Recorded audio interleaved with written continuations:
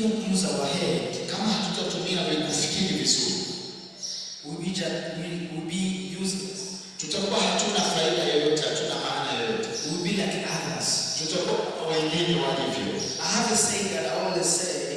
Nina msemo mmoja ambao siku zote napenda kusema. When the devil is going to attack you, wakati adui amekuja kukuvamia, shetani anakuvamia, he will attack your mind. Yeye atakachokivamia ni akili yako. Guess what? If the devil attacks your mind, hebu fikiri kwa mfano shetani ndio ameshavamia akili yako. No. Let's go this way. If the devil attacks your finances, your money, au wewe unasema hivi, kama adui atashambulia uchumi wako, atashambulia fedha yako, it's okay. You will get another money. Ni sawa, utapata pesa nyingine. If the devil attacks your family, kama adui atashambulia familia yako, and one of you or whatever pastor we still provide. Na wakati huo wewe na watu wengine bado wanaendelea kukusaidia. So, but when the devil attacks your mind, kama shetani atashambulia ufahamu wako, you will never ever find your mind again. Hutaweza tena kupata amani ndani ya moyo. The devil attacks your money, your wallet. Shetani anashambulia uchumi wako, fedha yako. You will leave Dodoma and go somewhere and get money. Utaishi hapa Dodoma, utakwenda mahali pengine, utapata pesa nyingi. If the devil attacks you here and you think, life is hard here, you go to America, God will bless you to go to America, God will bless you somewhere and you will get money. Shetani anaweza kukushambulia hapa ukaamua basi nitaondoka hapa niende sehemu nyingine. Utakwenda. You will never go to Dubai to buy your money. Huwezi ukaenda Dubai kununua akili nyingine tena. You will never go to America to find another money. Huwezi ukaenda Marekani kupata ufahamu mwingine. Please protect your mind. Linda sana akili yako na ufahamu. That's where the pressure comes. Hapo ndipo matatizo hutokea. Romans chapter 12 verse 2. Kitabu cha Warumi sura ya 12 mstari wa 2. The Bible, let's read this verse in Swahili. Ngoja tuyasome maneno haya kwa Kiswahili. Warumi Romans chapter 12 verse 2. Sura ya 12 na ule mstari wa 2. It's our core scripture, is our theme. Hiki ndicho kiini cha kongamano letu na ule mstari ambao tutatembea nao katika kongamano hili. Yes.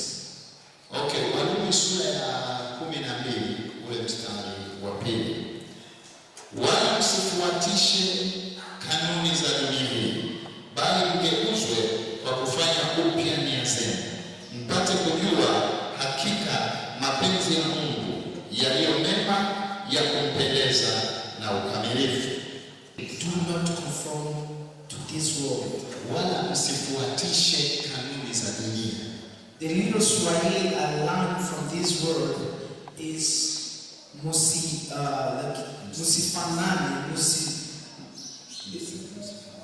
musifananisho na dunia. Nimetumia Kiswahili hiki lakini ndio hiyo. Wala msifananisho, nimesoma kwa Kiswahili. So it means there's a world here. Anamaanisha kwamba kuna dunia hapa. And this dunia, we don't want to be like this dunia. Lakini hii dunia sisi hatutaki kufanana na hii dunia ilivyo. And guess what? This dunia is beautiful. Anasema hebu fikiri, dunia hii kwa kweli ni nzuri. It's so beautiful. Ni nzuri sana. God created it because it's beautiful. Mungu aliumba ndio maana dunia hii ni nzuri. But in this dunia there's good and bad. Lakini katika dunia hii kuna mazuri na kuna mabaya. So the Bible is telling us not to be like the other side of bad things. Biblia inatuamuru sisi tusifanane na hayo mabaya yanayoendelea duniani. In the world we're living right now, so there's pressure there's a battle, there's a fighting between pressure versus purpose.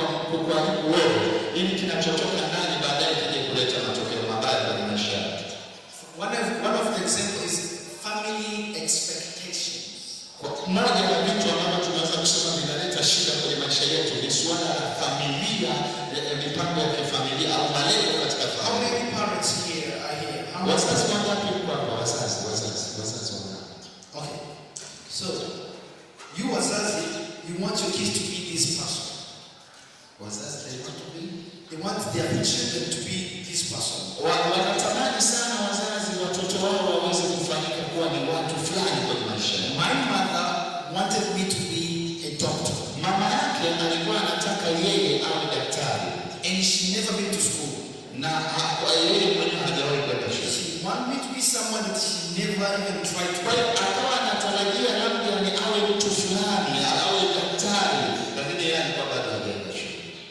So my uncle, mjomba wake, who's broken, ambaye yeye alikuwa ni mtu amevunjika moyo, used to give me advice to be rich. Alikuwa anajaribu kumpa ushauri kwamba anamwambia awe tajiri, and he's broke. Na yeye mwenyewe wakati huo hana chochote. And he put me pressure on and said, you better be the one saving a family because you've been chosen. You can do this. Akawa anamsisitiza sana, anamwambia sana, wewe unatakiwa uwe tajiri bwana, kwa sababu wewe ndio utakwenda kuokoa familia yetu baadaye. He's broken. Lakini yeye hana chochote. When I was successful back in Rwanda, before God called me to be on the pulpit like this, I was in comedy, in the world of TV shows and stuff like that. Kabla hajaingia kwenye kusimama kuwa mtumishi wa Mungu, kipindi cha nyuma alikuwa anafanya kazi zingine, ikiwemo kama matangazo kwenye television na mambo ya dance na vitu vingine. Kwa akaanza kupata fedha wakati huo. I was very successful. Na alipata fedha sana. God blessed me abundantly. Mungu akampa fedha nyingi sana. I was still a believer. Na wakati huo nikaamini. But I didn't want to go to church. Lakini sikutaka kwenda kanisani. Because of the rejection. Kwa sababu ya roho ya kukataliwa. They used to call me Pastor Rasta. Walikuwa wanapenda kumuita mchungaji mwenye rasta. In Uganda they call me Pastor Muyai. Kule Uganda walikuwa wanamuita Pastor Muyai kwa sababu ya nywele hizo. So when I tried to enter the church in Rwanda, kwa hiyo nilipojaribu kuingia kanisani kule Rwanda, they would just, okay, even the protocol, those people work in protocol. Anasema ogopa sana watu wenye itifaki. Yaani walipomuona tu anaingia, watu wakashtuka kwa sababu ya zile nywele zake. Ogopa sana itifaki. So I didn't want to go to church. Yes.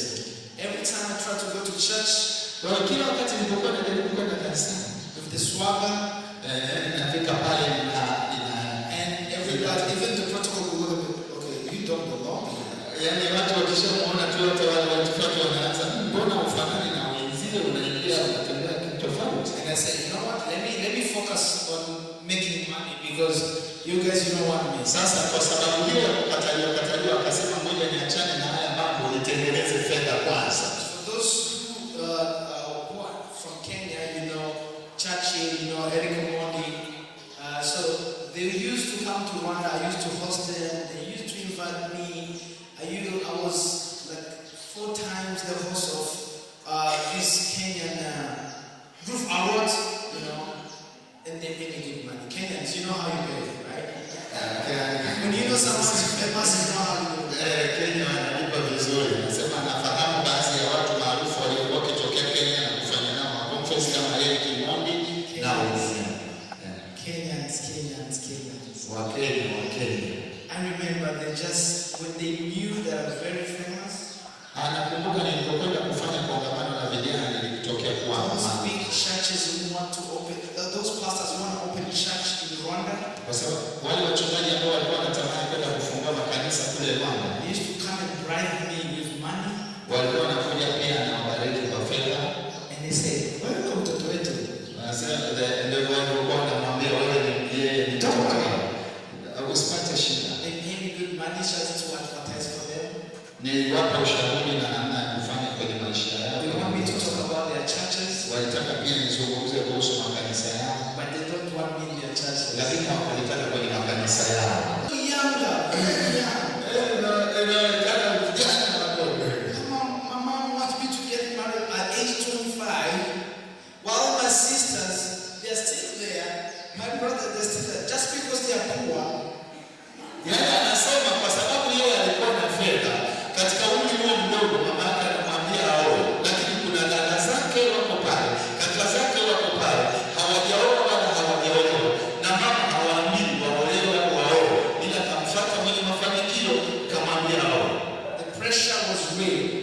msukumo ulikuwa mkubwa sana. She used to come, my mom used to come tell me, Mama yake alikuwa akienda kila wakati anamwambia, you saw that girl? umemwona yule binti? She can be a good woman. Ni mrembo kweli yule binti. The devil was attacking my mother. Kwa kweli adui alimvamia mama yangu. And those who married with Precious, which I have them in my life, they're already divorced. Wale wote ambao wameoa kwa msukumo kama ambao uliwahi kulipata katika maisha yangu wameshatarakia. So you see how the pressure can come from your closest friend. Unaweza ukaona jinsi ambavyo msukumo fulani unaweza ukatoka kwa marafiki zako kukuasili wewe. Parents, Wazazi, let's give what we have. tuwape watoto vile vitu ambavyo tunavyo.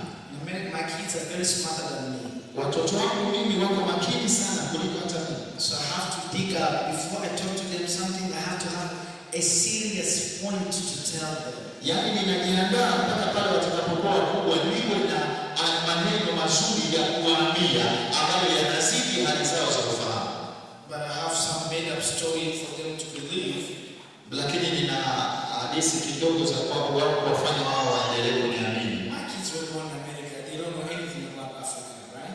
Watoto wake wote wamezaliwa Marekani, ni wa Amerika, hawajui Kinyarwanda kabisa. So I was telling my kids, hey. Lakini alikuwa anapenda kuambia watoto wake. But this was a kind of good pressure, right? Hii ilikuwa katika hali fulani ya msukumo. I want you to be successful.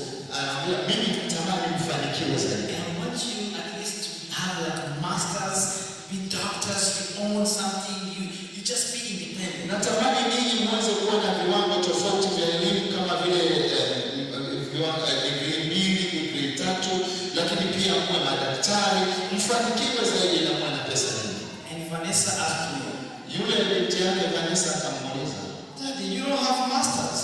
akamwambia baba, wewe una masters. Masters ni degree 2. Who's going to help us to do the homework? Sasa nani atakayetusaidia sisi tuweze kupata masters? And I said, oh, wow, that's a good point. Akasema kweli hii nzuri sana. And then Holly, she's my favorite, very young, she came and told Vanessa, but Daddy is the boss. Daddy, he works for himself. Sasa yule mmoja yeye ni mkubwa kidogo, ni mdogo wake. Akamfuata dada yake akamwambia, huyu baba yangu mimi ni mtu mkubwa sana. Ni mtu mwenye uwezo kabisa. Masters ni nini? That is rich, so even if he doesn't have masters, but actually he looks like he has a masters. Yaani baba yao anasema baba yetu ni tajiri sana. Hata kama hana masters, muonekano wake ni zaidi ya watu wenye masters. So, you know, there's a fact that I decided to go, like, this coming month, I'm going to start masters. Because again, Anasema huyu mwezi ujao itabidi aanze kusoma apate masters kwa sababu you can see how the pressure from my kids is going to make me to go back to school. unaona sasa msukumo kwa watoto wangu unataka kunisababisha mimi tena nirudi shuleni kutafuta masters. How many decisions have we made because of friends? Ni maamuzi mangapi ambayo tunayafanya kwa sababu ya marafiki waliotuzunguka? How many young people are in jail right now because of pressure? Kuna vijana wengine pia wako gerezani sasa hivi ni kwa sababu ya msukumo wa marafiki zao waliwashauri vibaya. How many people are in drugs addiction? That's because of pressure. Kuna vijana leo wanakunywa madawa ya kulevya, wanakula unga tunasema Tanzania kwa sababu ya msukumo wa wengine waliwa